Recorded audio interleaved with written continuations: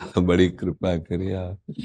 आओ महाराज, महाराज बड़ी कृपा करी, दर्शन दिए आकर। दूरीपि सुत्वा भवदीय कीर्ति कर्णौ च तृप्तौ न चक्षुषेमि तयोर्विवादं परिहर्तु काम क्षमागतोऽहं भव दर्शनाय। जय जय ये गुरु महर्षि जी की आपकी जय। प्रसादी है महर्षि।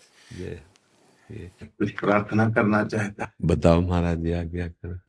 भव सागर का नाम, जी शुद्ध संतन के चरण, जी। इस विषय में थोड़ा प्रकाश। महाराज जी, अगर हम वास्तविक भव समुद्र से पार होना चाहते हैं तो पहले किम भद्रम व किम अभद्रम, इस बात को हम समझ लें। न यहाँ कुछ भद्र है, न यहाँ कुछ अभद्र है। मत्तः परतरम नान्यत किंचिदस्ति धनंजय। हे धनंजय, मेरे सिवा कुछ नहीं है। अगर हम शुद्ध संत बोलते हैं तो उसका विपक्ष तैयार हो जाता है कि अशुद्ध संत। फिर हमारी मतलब वृत्ति में दोष आ जाएगा कि अब शुद्ध संत की व्याख्या हो और उस व्याख्या से बाहरी लक्षणों से जो नहीं मिलता है तो वो अशुद्ध संत या पाखंडी या दंभिक आ जाएगा। अब वो हम पाखंड और दंभ का दर्शन करने वाले बनने के कारण भव समुद्र से पार नहीं हो पाएंगे। क्योंकि भव समुद्र से पार होने के लिए मुझे एक दृष्टि ही चाहिए, एकमात्र मेरे श्री भगवान सब में विराजमान है। चाहे वो संत हो चाहे वो असंत हो, ये क्रूरा अपि पापिनो न च सताम संभाष्य दृश्यासे सर्वान वस्तुतया निरीक्ष परम स्वाराध्य बुद्धिर्मम। मेरे आराध्य देव सबके हृदय कमल में विराजमान है, पर जिनके संग से भगवद विस्मरण होता है, वासनाओं की जागृति होती है, ये असत वृत्तियां पुष्ट होती हैं, तो तजिए ताहि कोटि बैरी सम जद्य परम सने ही जाके प्रिय न राम वैदेही। उसमें भी हम भगवान देखेंगे।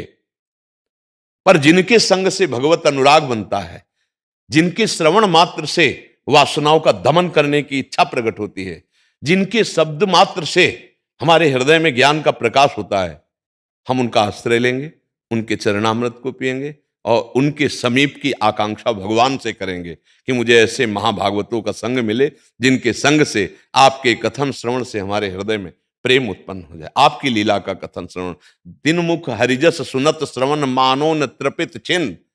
उनके मुख से भगवत चर्चा सुनते हुए मैं कभी तृप्ति का अनुभव न करूं। हे नाथ, बावरो सो रस में फिरे खोजत नेह की बात। हमें ये बात देखनी, अंतर में ये बात रखनी है कि ना यहाँ कोई शुद्ध है ना यहाँ कोई अशुद्ध है, यहाँ परम शुद्ध भगवान की त्रिगुणात्मिका लीला चल रही है। सतोगुण रजोगुण तमोगुण सब में मेरे प्रभु विराजमान। चूंकि आप महाभागवत स्वरूप में हैं इसलिए ऐसा उत्तर। हमें पहली दृष्टि ये रखनी है कि सब में एक ही प्रभु विराजमान है। जड़ चेतन जग जीवजत सकल राम में जाने, या जड़ चैतन्य कछु नहीं दिखत जहां दिखत ता श्याम खड़े। चाहे राम कहो, श्याम कहो, ब्रह्म कहो, वासुदेव कहो, वो एक तत्व है। पहले हम सवाल हल करने के लिए मानी संख्या एक तत्व। अब हम चलते हैं, अब उस एक तत्व की सिद्धि के लिए जहां विरोधी, जहां प्रतिकूल बात, हम उनका संग नहीं करते पर मानेंगे उनको भी। हम हृदय से मानेंगे कि इनमें भी मेरे प्रभु हैं, पर हम उनका संग नहीं करेंगे। जाके संग कुमति मति उपजे करत भजन में भंग, तजोरे मन हरि विमुखन को संग। लेकिन उनमें भी हरि है, ये हमारी पक्की श्रद्धा है। ये क्रूरा अपि पापिनो न च सताम संभाष्य दृश्यास्य सर्वान वस्तुतया निरीक्ष।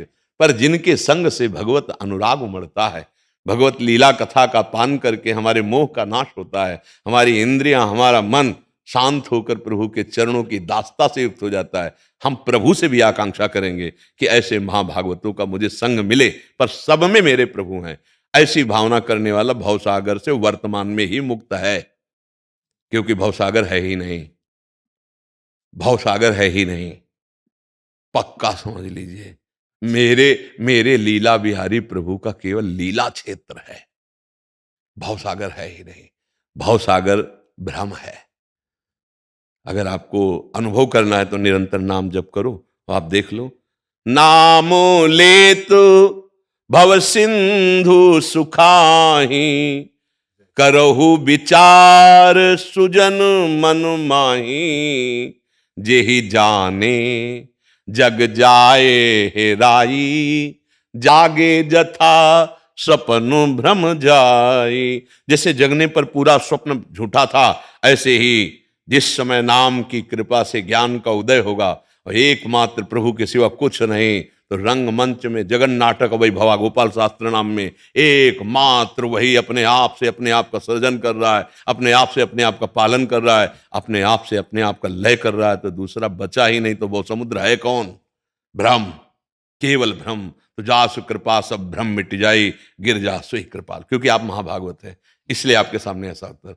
जनरल होता तो उसको उस हिसाब से आपके लिए नहीं, आपके लिए केवल मेरे प्रभु, चाहे रंगनाथ जी बोलो, चाहे राम जी बोलो, चाहे श्याम जी बोलो, चाहे वासुदेव जी बोलो, वही। अब उनके अनुराग रस में रंगे हुए स्वरूप का हम संग करेंगे और उनके विरोधी भावों का त्याग करेंगे। पर ये बाहरी वृत्ति है, अंतर्वृत्ति में दोनों में प्रभु विराजमान है।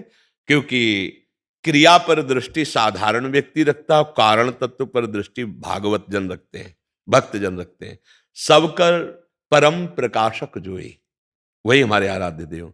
सबका कारण कौन है? वही। तो कारण पर दृष्टि रखने वाला क्रियाओं का महत्व नहीं रखता। कोई शुभ क्रिया कर रहा है, कोई अशुभ क्रिया कर रहा है, कोई शुद्ध भाव वाला है, कोई अशुद्ध भाव वाला है, पर है तो त्रिगुण के अंतर्गत। इस पर्दे के पीछे क्या है? बोले त्रिगुणातीत परमात्मा। तो हमारी दृष्टि कहाँ है? हमें कोई पर्दा रोक नहीं सकता। पर्दे के पीछे देखो, केवल वही राम जी हैं, श्याम जी हैं, वही वासुदेव हैं, वही ब्रह्म है। जो भाव कह सके महाराज श्री केवल अपने प्रभु ही सब जगह हैं। अब उसमें अनुराग जिनके संग से बड़े, उनकी तो हम आकांक्षा करते हैं, पर हम निंदा किसी की नहीं कर सकते।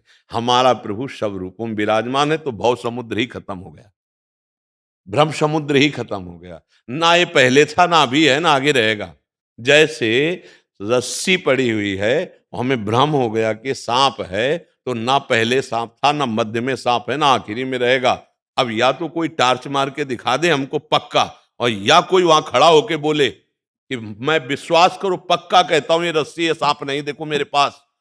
तो आप वहां निर्भय होकर पहुंच जाएंगे और देखेंगे कि ना सांप कभी था, न है, न रहेगा।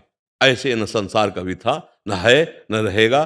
केवल प्रभु है, केवल। विद्या विनय संपन्ने ब्राह्मणे गव्य हस्तनी सोनीचय सुपाके चा पंडिता सम दर्शन। एकमात्र प्रभु है। हाँ, ऐसे प्रभु से हमें परिचय और हमें प्यार अनुराग मिलता है। ऐसे जनों के हम चरण धूलि माथे पे धारण करते हैं, उनके संग की आकांक्षा करते हैं, और जिनके संग से विस्मरण होता है उनके संग का त्याग करते हैं। पर त्याग करते हुए भी उनमें हम अपने प्रभु को देखते हैं। अब भव समुद्र का जाल खत्म हो गया। क्यों महाराज जी? नहीं, सही बात।